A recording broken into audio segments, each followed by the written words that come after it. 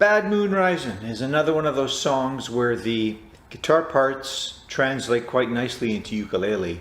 They almost translate identically, but there's a little part near the end of the main chord riff that you can't do on ukulele very easily, so I've changed it slightly.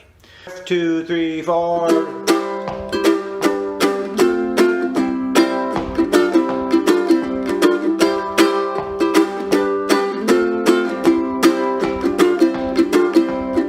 And like that. That happens throughout the whole song, happens between every line of the verses. And then there's the chorus, rocking of the chords, going 2, 3, 4.